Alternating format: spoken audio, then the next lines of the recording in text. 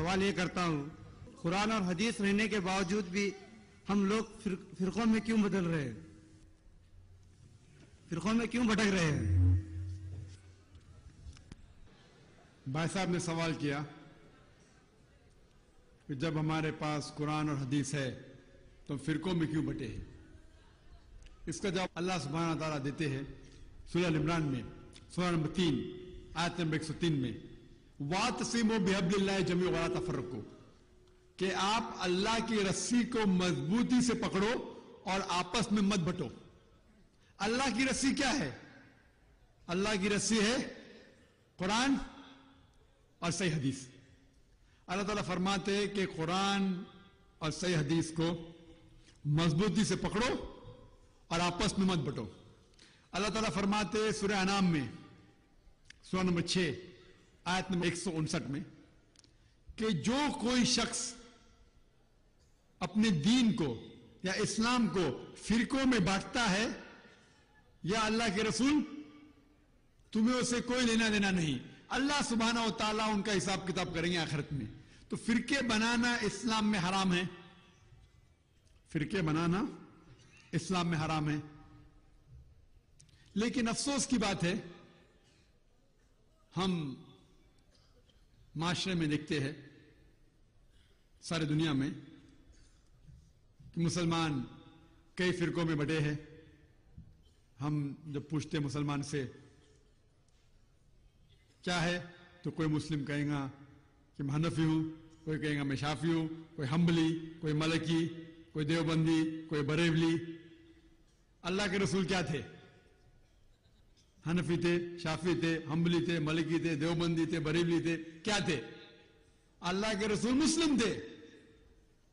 اللہ تعالیٰ فرماتا ہے قرآن مجید میں، سورہ عمران سورہ نمبر 3 آیت نمبر 54 میں، عیسیٰ علیہ السلام وہ مسلم تھے۔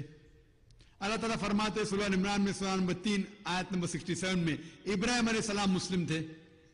اور جو آیت سے میں نے میرے تقریر کو ختم کیا وہ سورہ فصلت کی آیت تھی، سورہ 41 آیت نمبر 33، وَمَنْ أَحْسَنُ قَوْلًا مِّمَّنْ دَعَا إِلَى اللَّهِ وَعَمِلَ صَالِحًا قَالَ إِنَّنِي مِنَ الْمُسْلِمِينَ۔ وہ شخص سب سے بہتر ہے، وہ شخص جو لوگوں کو اللہ کی طرف بلاتا ہے، اچھے اعمال کرتا ہے اور کہتا ہے کہ میں مسلم ہوں۔ تو اگر کوئی شخص آپ سے پوچھے آپ کون ہیں تو سب سے اچھا جواب ہے مسلم۔ افسوس کی بات ہے کہ اکثر لوگ فرقوں میں بٹے ہوئے ہیں اور اپنے اپنے گروہ بناتے ہیں۔ ہم اگر دیکھتے ہیں یہ چاروں ائمہ، امام ابو حنیفہ، امام شافعی، امام احمد بن حنبل، امام مالک، اللہ کی رحمت سب پہ ہو، میں چاروں ائمہ کی عزت کرتا ہوں، بڑے عالم تھے، بڑے علماء تھے، عزت کرتا ہوں۔ چاروں علماء نے کہا کہ آپ کو کوئی بھی میرا فتویٰ ملے جو اللہ اور رسول سے ٹکراتا ہے، میرے فتوے کو دیوار پہ مارو۔ یہ چاروں ائمہ جب فتوے دیے، ان نے اپنے تحقیق کے ذریعے فتوے دیے اور یہ کہا کہ آپ کو کوئی بھی میرا فتویٰ ملتا ہے جو اللہ اور رسول سے ٹکراتا ہے، میرے فتوے کو مت مانو۔ ابو حنیفہ نے ایک حنفی مسلک بنانے کے لیے نہیں آئے، امام شافعی ایک شافعی مسلک بنانے کے لیے نہیں آئے، امام مالک ایک ملکی مسلک بنانے کے لیے نہیں آئے، امام احمد بن حنبل ایک حنبلی مسلک بنانے کے لیے نہیں آئے۔ ان نے اپنے تحقیق کے ذریعے اپنے فتوے پیش کیے اور ہمارا فرض ہے کہ ہمیں بات ماننا چاہیے اللہ اور اللہ کے رسول کی۔ اگر مثال کے طور پہ مجھے ایک فتویٰ ملتا ہے جو امام شافعی کا فتویٰ ہے کہ اگر آپ وضو میں ہیں اور کوئی خاتون کا ہاتھ لگتا ہے تو آپ کی وضو ٹوٹ جاتی ہے۔ جب میں صحیح بخاری پڑھتا ہوں وہاں پتہ لگتا ہے محمد صلی اللہ علیہ وسلم نے وضو میں تھے، اپنے بیوی حضرت عائشہ کو چھوا، ان کی وضو نہیں ٹوٹی۔ ابو داؤد میں بھی ہے۔ تو یہ پتہ لگتا ہے مجھے کہ صحیح حدیث کے حساب سے جب انسان وضو میں ہے تو اس کی وضو نہیں ٹوٹتی۔ تو میں کہوں کہ میری وضو اگر خواتین کا ہاتھ لگتا ہے تو وضو نہیں ٹوٹتی. تو میں کہتا ہوں کہ میں پکا شافی ہوں 100%. باقی لوگ کچے شافی ہے 80% شافی ہے, کیونکہ امام شافی نے کہا تھا آپ کو کوئی بھی میرا فتویٰ ملے جو اللہ اور رسول سے ٹکراتا ہے میرے فتوے کو دیوار پہ مارو. تو میں نے اس امام شافی کے فتوے کو دیوار پہ مارا تو پکا شافی ہوا کہ نہیں؟ میری وضو نہیں ٹوٹتی, اسی لیے میں پکا شافی ہوں. جو عام لوگ اپنے آپ کو شافی کہتے ہیں وہ کچے ہیں 80% یا 70%. میں اپنے آپ کو پکا شافی کہتا ہوں. ابو حنیفہ نے کہا کہ نماز کے وقت سورہ فاتحہ کے آخر میں آمین زور کے بولنے کی ضرورت نہیں ہے. صحیح بخاری کی کئی حدیث ہے کہ آمین زور کا بولیے, کئی حدیث ہے آپ کے آمین اگر فرشتے کے آمین سے ملیں گا تو آپ کے گناہ معاف ہوں گی.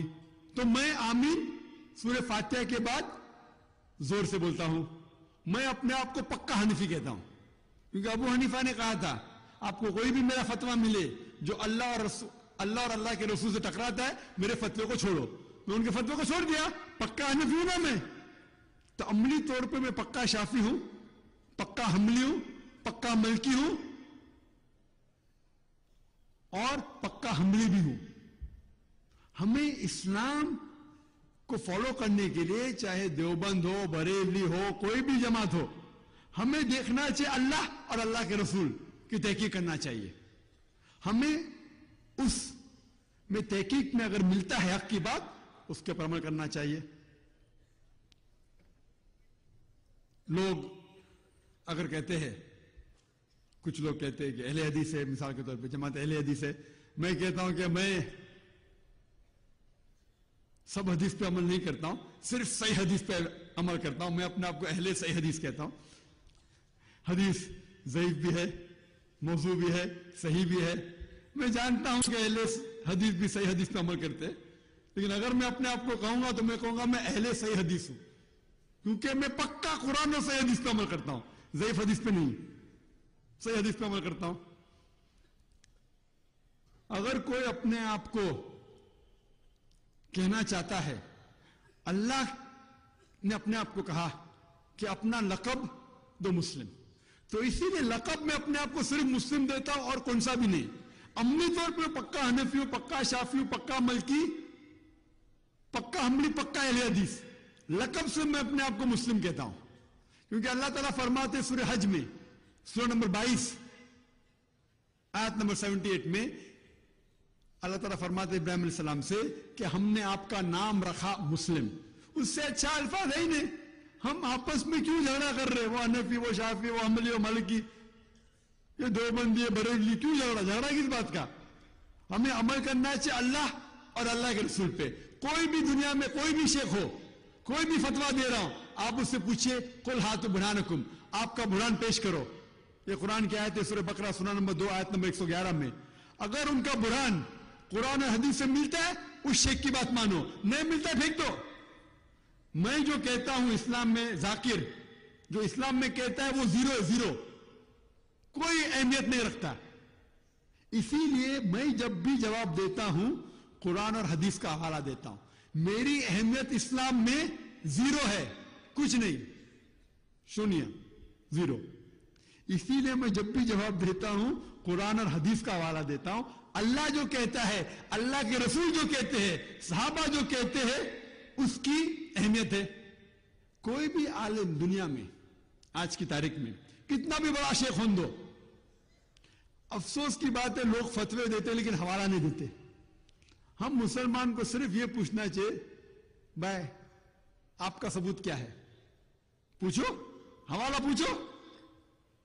کچھ لوگ کہیں گے ارے مجھ سے حوالہ پوچھتے ہیں, شیطانی سوال.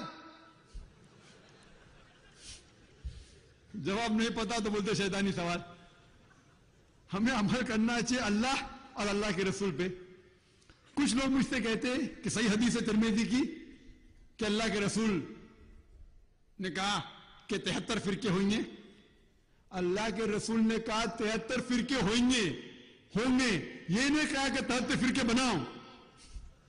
اللہ فرماتا ہے قرآن مجید میں, اللہ تعالیٰ فرماتے کہ فرقے بنانا حرام ہے, اللہ کے رسول جانتے ہیں کہ اللہ کہنے کے باوجود کہ فرقے بنانا حرام ہے، مسلمان بنانے والے، تو ان کی فرقے بنانا حرام ہے، مسلمان بنانے والے، تو ان کی حدیث ہے کہ 73 فرقے ہو گئے، انہوں نے یہ نہ کہا کہ 73 فرقے بناؤ۔ اور جب صحابہ نے پوچھا کہ ایک ہی فرقہ صحیح راستے پہ ہوگا، جنت میں جائیں گا، ہر کوئی مسلمان کہتا وہ میں ہوں۔ جب صحابہ نے اللہ کے رسول سے پوچھا کہ کون سا فرقہ جنت میں جائیں گا، تو اللہ کے رسول نے کہا وہ جو قرآن اور حدیث پہ عمل کرتا ہے، جو میری بات اور صحابہ پہ عمل کرتا ہے، جو فرقے نہیں بناتا ہے۔ قرآن کہتا ہے فرقے بنانا حرام ہے، فرقہ بنائے مطلب غلط۔ آپ جب یہ کہے کہ صرف میری جماعت جنت میں جائیں گی، قرآن کے خلاف۔ ہاں، صرف وہ جماعت جو اللہ اور رسول کی بات کے اوپر عمل کرتی ہے، جو فرقے نہیں بناتی ہے۔ اسی لیے مجھ سے جب کوئی پوچھتا ہے اب کیا ہے، تو میں کہتا ہوں میں مسلم ہوں، عملی طور پہ پکا حنفی ہوں، پکا شافی، پکا حنبلی، پکا مالکی، پکا اہل حدیث۔ میں چاروں ائمہ کی عزت کرتا ہوں، میرے حساب سے چاروں ماشاءاللہ وہ سلفی تھے، سلف صالحین کے اوپر عمل کرتے تھے۔ ایک انسان فتوے دینے کے اوپر غلطی کر سکتا ہے، میں غلطی کر سکتا ہوں، کوئی بھی انسان کر سکتا ہے۔ اور دیکھے جاؤ تو ان کے باتوں میں 95%، 98%، 99% ایک ہے، وہ 1% کے لیے ہم جھگڑا کر رہے، گروہ بنا رہے کہ اسلام میں گروہ بنانا، فرقے بنانے کی اجازت نہیں ہے۔ اللہ تعالیٰ فرماتے جو بھی کوئی فرقہ بناتا ہے وہ حرام ہے۔ تو ہم مسلمان کے اندر آپ دیکھیں گے فرقے کیوں ہیں؟ کیونکہ ہم قرآن کو سمجھ کے نہیں پڑھتے۔ قرآن پڑھتے عربی میں، ختم کرتے رمضان میں 1، 2، 3، 4 بار، سمجھتے ہی نہیں کیا۔ قرآن ختم کریں گے انشاءاللہ ثواب ملے گا، لیکن جب آپ سمجھتے نہیں تو عمل کیسا کریں گے؟ اگر ہر مسلمان قرآن کو سمجھ کے پڑھیں گا تو کوئی بھی شیخ آپ کو گھمائے گا نہیں۔ کیا ہوتا ہے فتوے میں ہوتا ہے نا، گھماتے، take you for a ride انگریزی میں کہتے ہیں۔ آپ اگر قرآن مجید کو سمجھ کے پڑھیں گے تو قرآن مجید اللہ تعالیٰ فرماتے سورہ قمر میں، سورہ نمبر 54، چیپٹر 54، آیت نمبر کم از کم 4 جگہ پہ، آیت نمبر 17، آیت نمبر 22، آیت نمبر 32، آیت نمبر 40، وَلَقَدْ يَسَّرْنَا الْقُرْآنَ لِلذِّكْرِ فَهَلْ مِن مُدَّكِرٍ۔ ہم نے قرآن آپ کو سمجھنے کے لیے آسان بنایا ہے، تو کون اس کے اوپر عمل نہیں کرے گا؟ قرآن آسان ہے، سمجھ کے پڑھو۔ اگر سمجھ کے پڑھیں گے تو کوئی بھی آپ کو غلط راستے پہ نہیں لے کے جائیں گا۔ تو ہمیں قرآن اور حدیث کو سمجھ کے پڑھنا چاہیے، اس کے اوپر عمل کرنا چاہیے۔ آپس میں فرقے بنانا حرام ہے۔ Hope that answers the question.